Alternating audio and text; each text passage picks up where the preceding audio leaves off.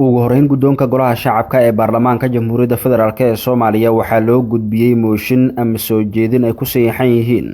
33 xildhibaan oo ujeedkiisu yahay falkii arxandarada ah ee dhawaan magaalada Muqdisho loogu geystay Allah u naxariistay muwaadinad Soomaaliyeed marxuumad Xamdi Maxamed Faarax waxaana go'aanka golaha shacabka ee dhacdadaasi la xiriira xildhibaanadu u faahfaahiyay gudoomiye ku-xigeenka labaad ee golaha shacabka mudane Mahad Cabdalla Cawad ogeysiin gudoomiyaha golaha shacabka ujeedo dalab warbixin qoraal ah ee ku aadan dilka marxuumad Xamdi Maxamed Faarax mudane wasiir annagoo fulinayna amarka gudoomiyaha golaha shacabka waxaan si xushmad iyo qadarin leh kugu soo gudbinaynaa soo jeedintan isfasiraysa ee halkan ku lifaaqan oo naga soo gaartay 33 xildhibaan oo ku aadan dhacdada cinwaanka ku qoran sidaas awgeed waxaa wasaaradda laga doonayaa warbixin qoraal ah oo ku saabsan dhacdada kor ku xusan inaad golaha shacabka u soo gudbiso muddo hal usbuuc gudahood ah oo ka bilaabanaysa maalinta taariikhda warqadan wada shaqayn wacan wassalaamu calaykum warahmatullahi wabarakaatu intaasi kadib hindis sharciyeedyada kala ah maalgashiga iyo maalgashadaha iyo sidoo kale heshiiska dhinaca waxbarashada la xiriira ee u dhaxeeya Soomaaliya iyo Turkiga ay akhrinta koobaad marsiiyeen mudanayaasha golaha shacabka waxaan labadaas hindis sharciyeed xildhibaanada golaha shacabka u faahfaahiyay siyahayaha wasiirka wasaaradda qorsheynta maalgashiga iyo horumarinta dhaqaalaha mudane Jamaal Maxamed Xasan iyo siyahayaha wasiirka wasaaradda waxbarashada iyo tacliinta sare mudane Cabdulaahi Goodax Barre wasaaradda qorsheynta iyo maalgashiga horumarinta dhaqaalaha xukuumadda jamhuuriyadda federaalka Soomaaliya waxay ku hawlan tahay sidii sare loogu qaadi lahaa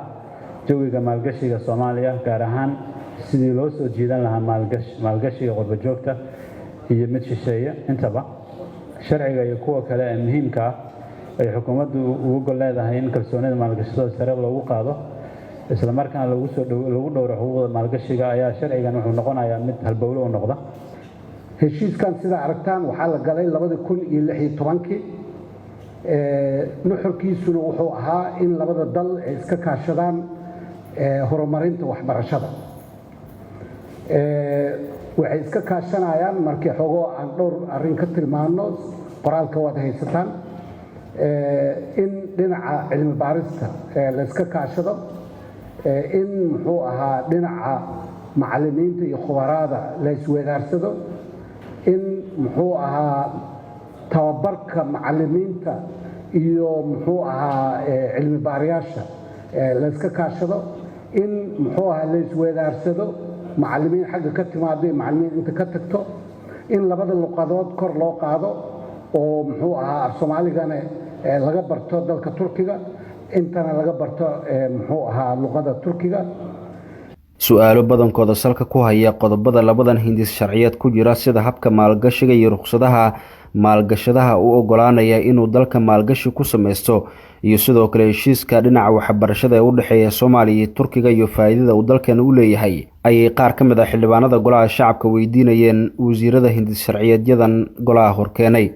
gudoomiyaha golaha shacabka mudane Maxamed Mursal Sheekh Cabdiraxmaan oo kulanka soo xiray ayaa sheegay in guddiga arrimaha dibadda ee golaha shacabka looga baahan yahay in uu soo diyaariyo qaraarka lagu ansixinayo heshiiska waxbarashada ee u dhaxeeya Soomaaliya iyo Turkiga si loogu codeeyo kulanka kan xiga waxaana sidoo kale xildhibaanada loo qaybiyay hindis sharciyeedka dhismaha hay'adda diiwaangelinta iyo aqoonsiga dadweynaha Soomaaliyeed wuxuu u baahan yahay markasta qaraar ahaan in loo ansixiyo guddiga arrimaha dibadda ayaa soo diyaarinaya talabixintii lagu ansixin lahaa marka maalinta procedure-kaasaan maraynaa maalinta arbacada ayaa loo codayn doonaa ee guddiga arrimaha dibadda waa inay soo diyaariyaan warbixintii oo lagu ansixin lahaa ama qaraarka oo loogu codayn lahaa waxaan rabnaa guddiyada inaan u sheegno shuruuc badanaa idinla taalla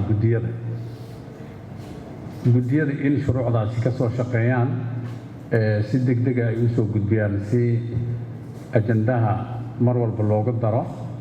marka kulanka annaga maanta halkaan uu ku egyahay wassalaamu calaykum waraxmatullahi Ibraahim Gudle Isxaaq raadiyo telefishinka qaranka Soomaaliyeed xarunta golaha shacabka Muqdisho.